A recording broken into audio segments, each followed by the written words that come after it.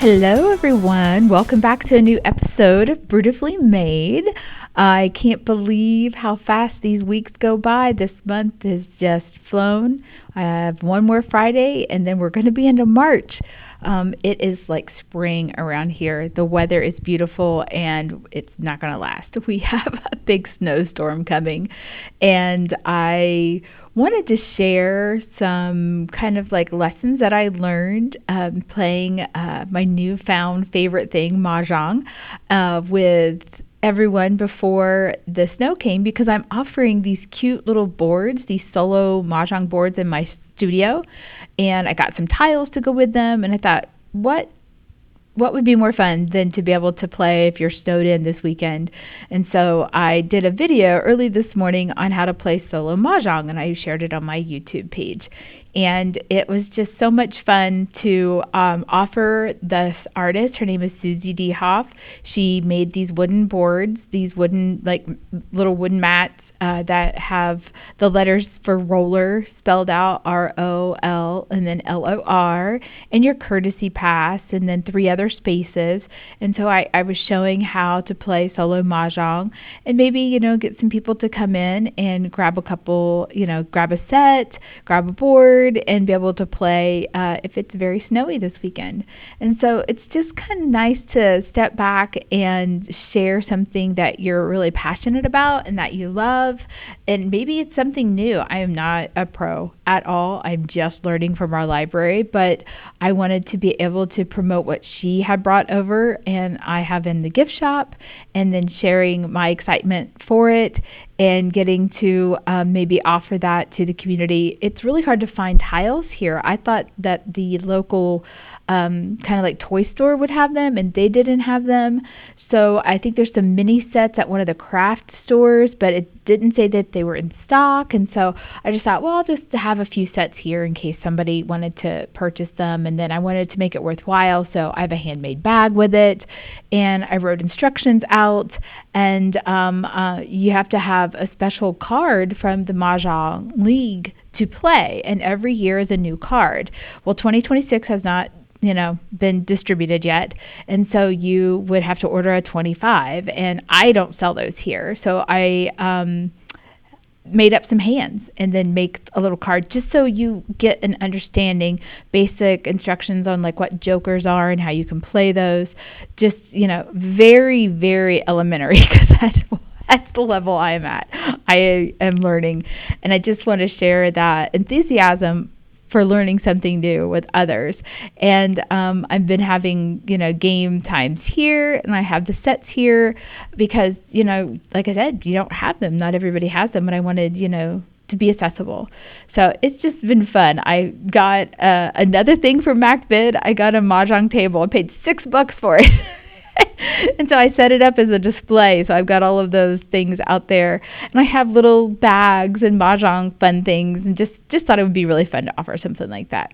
But I'm just really obsessed with how much fun it is and how pretty the game is and how many custom tiles there are, and I'm getting to design mats, and it's just a whole new world. It's just so much fun, and it's so neat that when you dive into something that you didn't know anything about, and for it to come like this full circle enjoyment that you can share with others, it just makes it more exciting.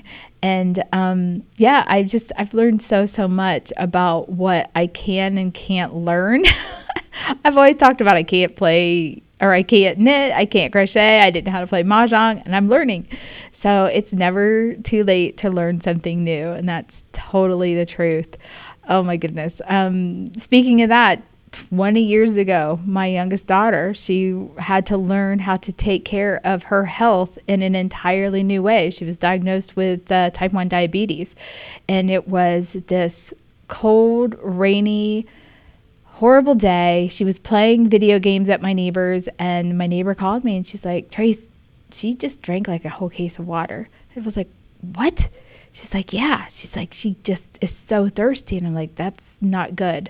And I was working, so I ran and picked her up and took her to the doctor, got her right in, and they took her blood sugar. I'm like, there's something wrong. And her blood sugar number was so high it didn't even like register on the meter. It just said high. And they're like, you got to take her to the hospital, to the children's hospital in Akron. So I got her in the car, and we're going to Akron. It's pouring rain, and I get a flat tire. And I am just beside myself, crying and just trying to navigate how to take care of this child who is, 10 years old, and she doesn't feel well.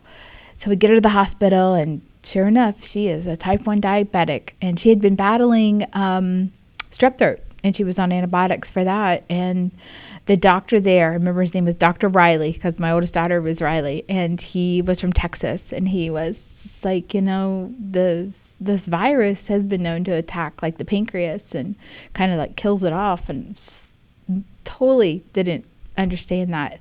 I remember my grandmother battling diabetes and taking insulin shots in her legs. I can remember her doing that. So it was in my family, but no one in my age, my generation, all of my cousins, nobody had it. And then here, my kiddo, she has it.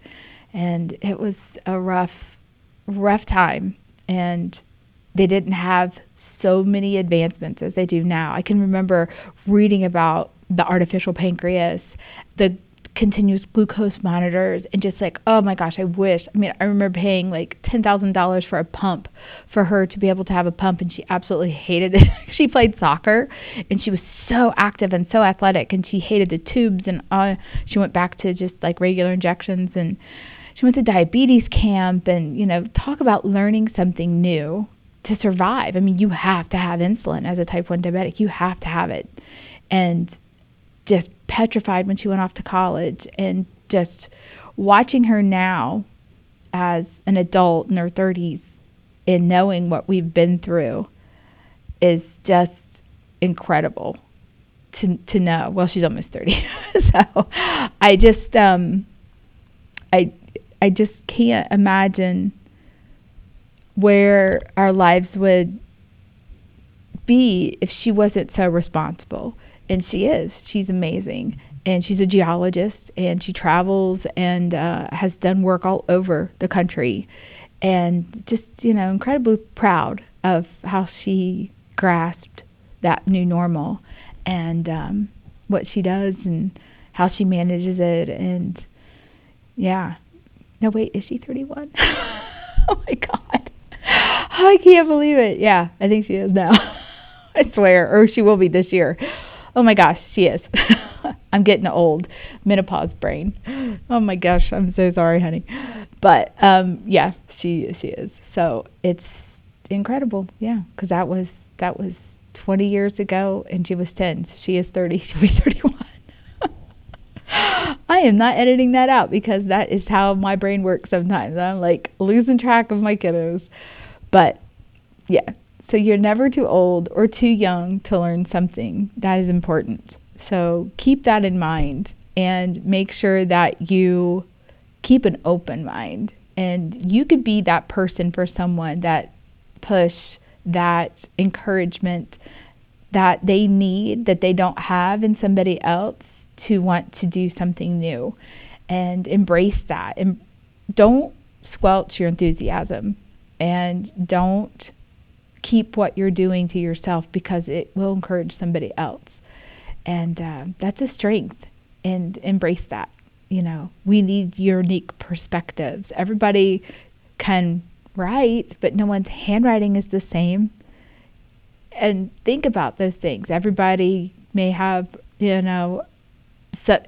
somebody, there's brown eyes everywhere, but they're not all the same brown. They're not all the same shape. I mean, you know what I mean? It's just everybody has a unique bit that needs to share, so that somebody else can relate to it and make them feel comfortable and that they're not alone.